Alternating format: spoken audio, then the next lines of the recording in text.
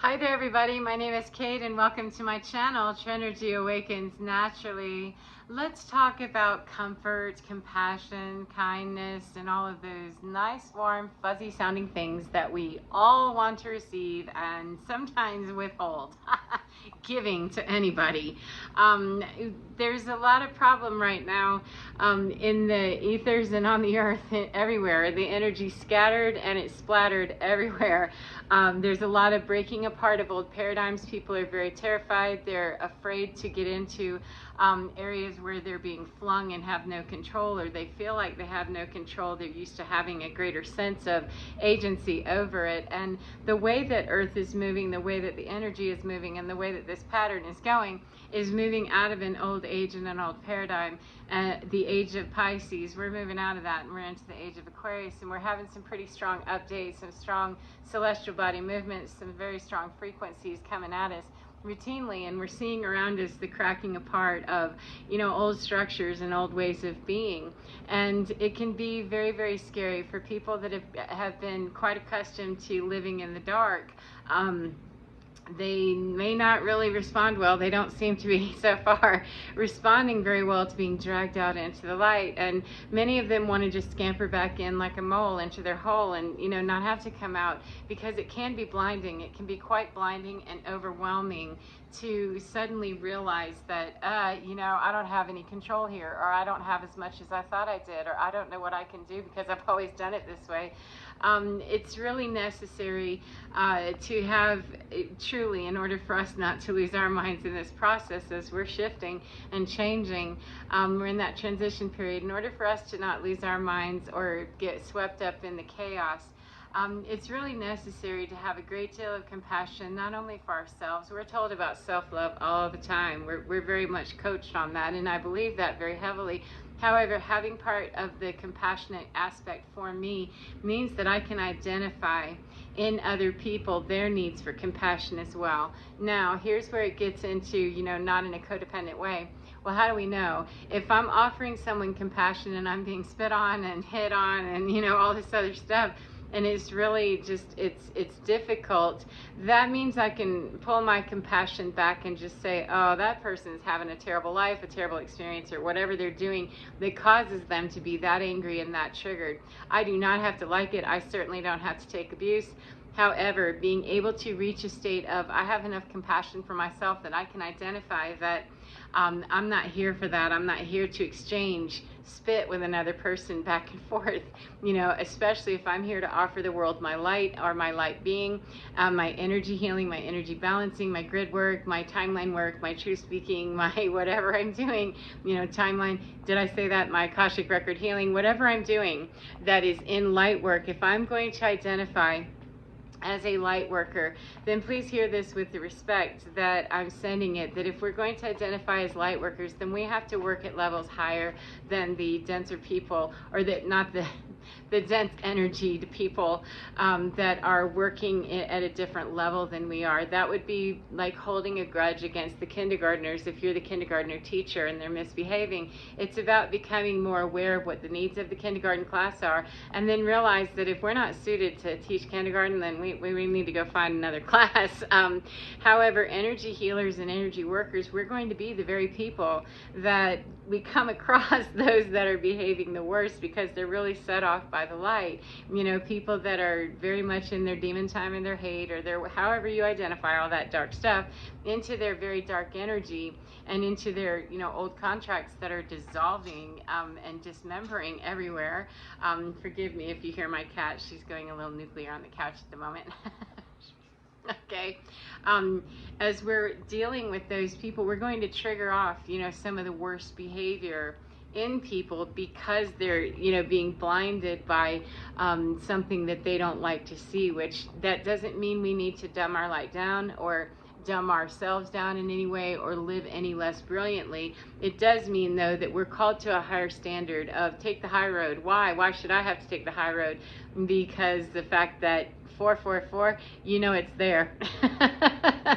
There are some people, believe it or not, that do not understand the good red road, the middle way, or the high road. They don't understand any concept such as that, except there's some very old paradigms that are very black and white that need some gray area put into them. Most of the very black and white spots that we have in our thinking and all over the world, you know, in our agendas and our policies and things like this, most of those need to open up and bring a whole lot more gray in there. And those places where we've grayed it out, yeah, we can tighten those down into some black and white.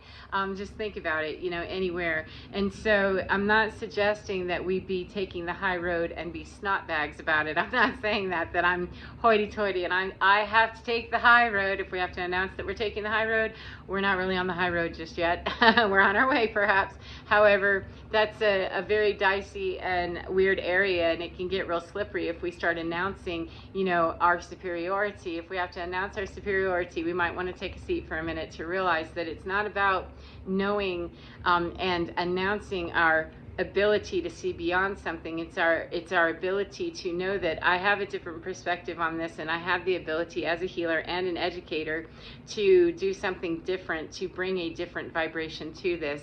If I meet that with some sort of a superiority complex, I'm just really bringing the same old game, and it's going to tweak those people that are already angry and already just not happy about being dragged out of their little molehole that it's time. You know, we can't help it. It's not my fault. However, I'm supporting these energies because they're here, and I'm aligning with them, and I can show you how to get there, you know, and do that in a very kind and loving way. And I'm going to need to go away, you know, if you spit on me some more. But it doesn't mean that I need to slap someone before I go or as I go. It does not mean that I need to humiliate them or stomp their head into the ground or anything of the matter. It's really truly about having the grace and the diplomacy to understand that the higher road requires of me that I see where you are, little kindergartner. You know, if I'm the teacher of this class and I'm looking around and seeing that, oh, okay, the class is awfully rowdy. If I cannot look at that class with compassion, kindness, and deal with the worst behavior in that class, then I need to move my ass, quite frankly. I'm in the wrong class.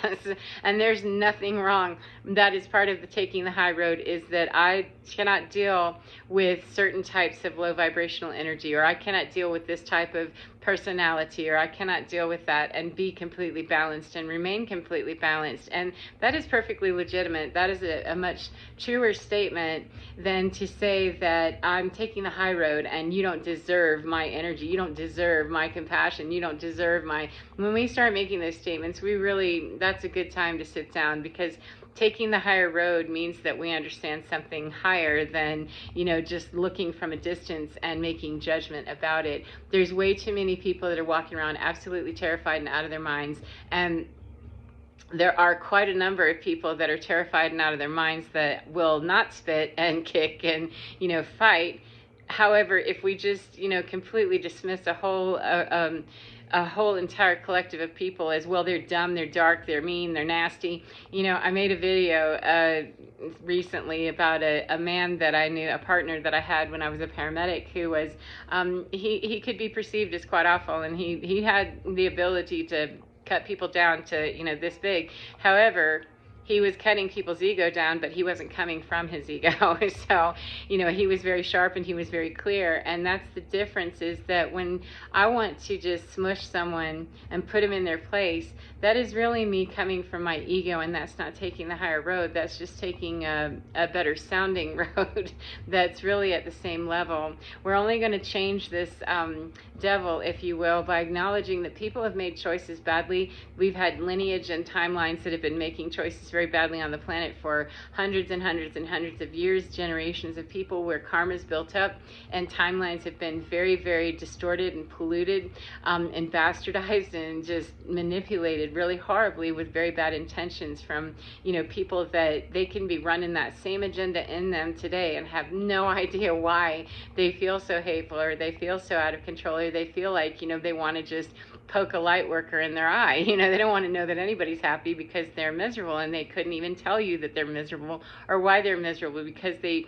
are believing that all of the 3D materiality and my superiority over you, they believe that story, and they're not digging it, that it's being shaken up, nor are they willing just yet if ever, willingly, in their body to submit to, this is changing. We must go with the tide, if you want to survive. It's your choice. You certainly can. However, it really comes a lot easily when people are given the opportunity to leave this, that's really your junk, then I'm going to leave that with you. And when I don't get involved in that, I don't have any connection with someone who's having a hard time.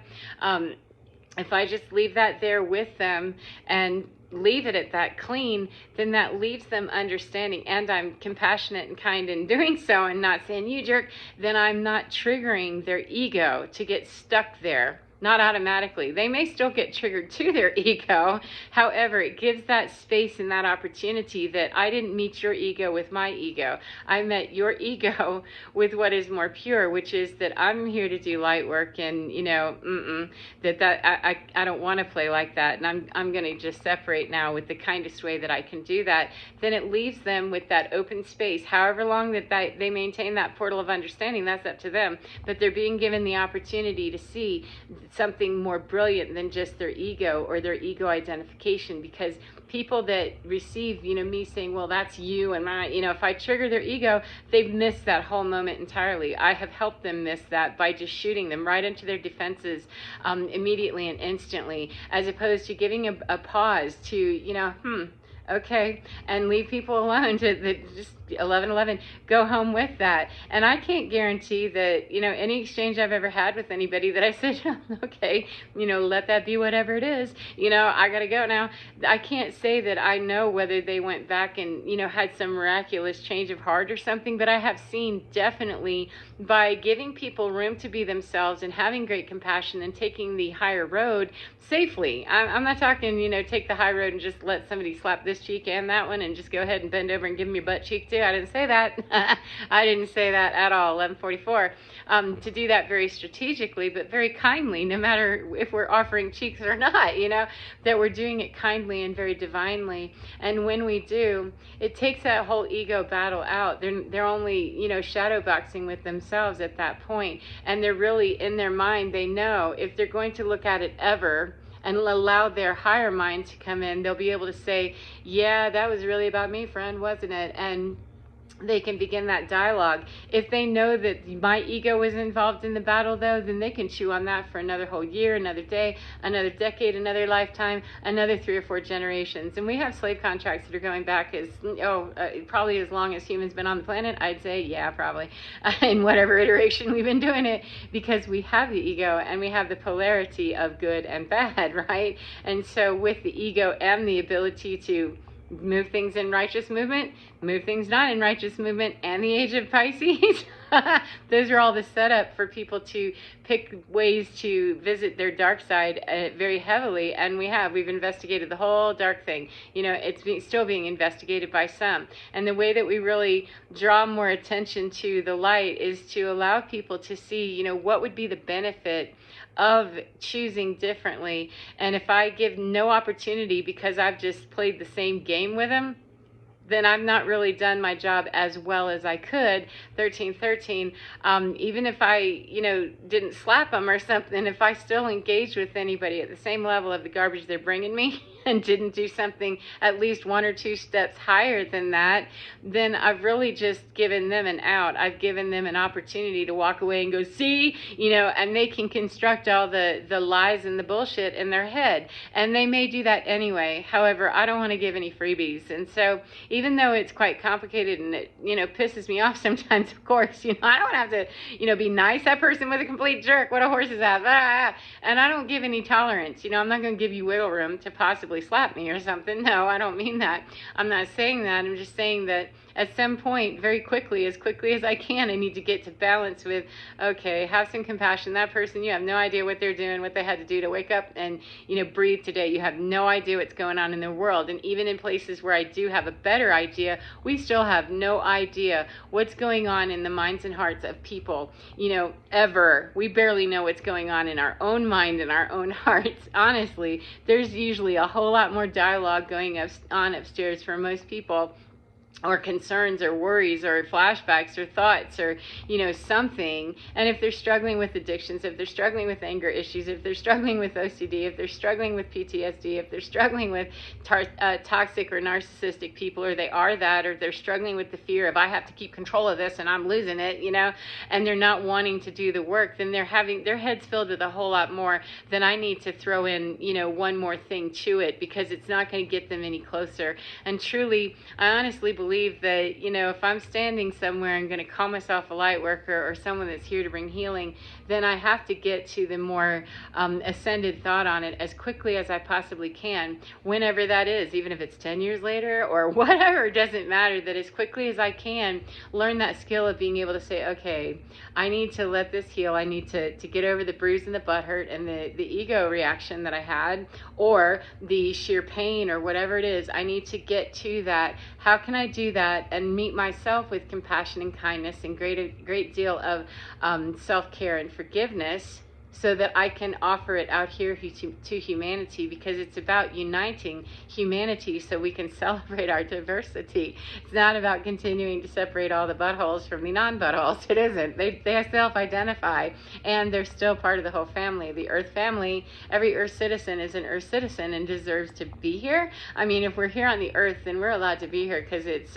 universal space, it's God space, it's, you know, higher intelligence space. Whoever brought us here, allowed us here, or however we got here, then it allows us to still breathe, open our mouths, and, you know, have breath here. Then it's divinely overseen for us to be here. It's just that divine seeing is moving us in a better direction of higher consciousness and higher awareness, so that we're playing this in the new paradigm, which is the age of Aquarius. And it's about celebrating what's really fantastic about us. If I keep reminding you of what's really horrible and stupid about you by playing with you, or you do that with me, we're not serving humanity. We're serving the old agenda, which is already having a really tough time identifying itself.